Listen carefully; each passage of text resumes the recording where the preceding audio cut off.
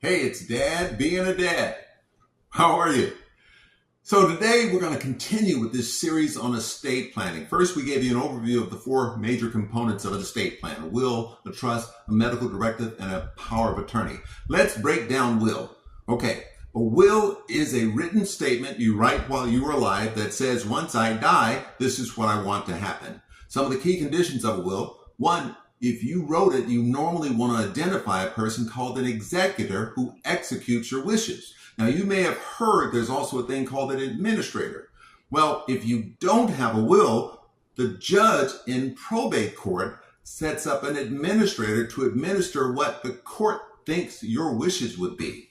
So I'll just back up a bit. Probate court is a judicial process, a court process, a law process that processes your will.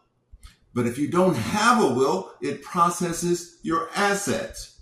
So whether you have a will or not, you still, or your stuff and your heirs still go to probate court. That's why it's so important to have the next piece we'll talk about, which is a trust.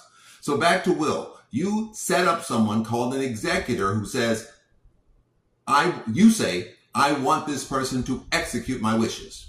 Also in a will, you normally identify what you want to give away and what you have listed and the things that are important to you. And you can say almost anything long as it's legal. So you could say, okay, if I pass my 16-year-old son, I want someone to take care of him. And once he turns 18, I want to give him, $35,000 a year until he reaches 25, then he gets the rest. So you can specify all kinds of conditions long as they're legal.